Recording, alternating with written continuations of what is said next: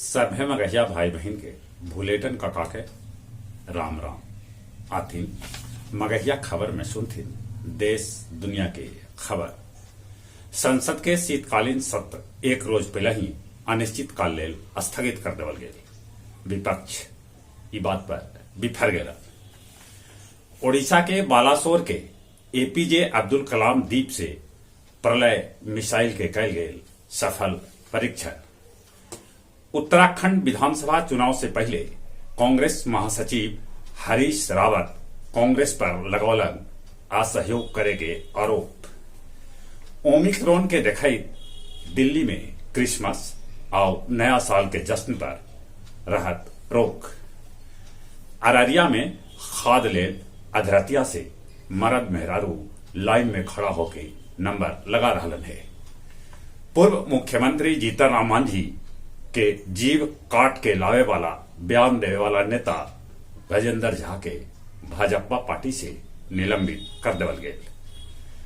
सृजन घोटाला के 9 गो आरोपित सभे के 34 गो मकान और जमीन लॉक कर देवल गेल। पटना के पूर्व एमबीआई मृत्युंजय कुमार सिंह के पटना के गोला रोड के आरके सदन स्थित लग्जरी पेंट हाउस पर छापा पड़ल, जगह में 50,000 के पुराना नोट बरामद कल गए। साथे साथे पिस्टल और बुलेट भी बरामद होल। दक्षिण चीन में डायनासोर के 7.2 करोड़ बच्छर पुरान अंडा के जीवाश्म भेटाइल है। ब्रिटेन में एक दिन में ओमिक्रॉन के 1 लाख से बेसी मामला आयल। इजराइल कोविड-19 के चौथा खुराक देवे के तैयारी कर रहा है। पोलैंड में कोरोना से एक दिन में 775 आदमी के मौत के है खबर। पाकिस्तान, ईरान, तुर्की के बीच मालवाहक ट्रेन सेवा शुरू कर गेल। गुरुआ में होयल दिनादिनी 4 लाख रुपया के लूट। मिर्चक के राजकुमार पीएनबी से 4 लाख रुपया निकालन हल, जरा पल्सर सवार लूट के करमाइंदा ने 9-11 हो गलन।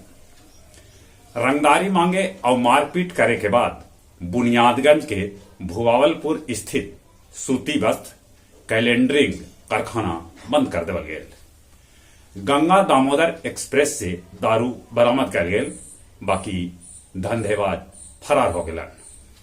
अतरी के बिरनोई गांव में ट्रैक्टर पलटे से मनोज कुमार के दर्दनाक मौत हो गई।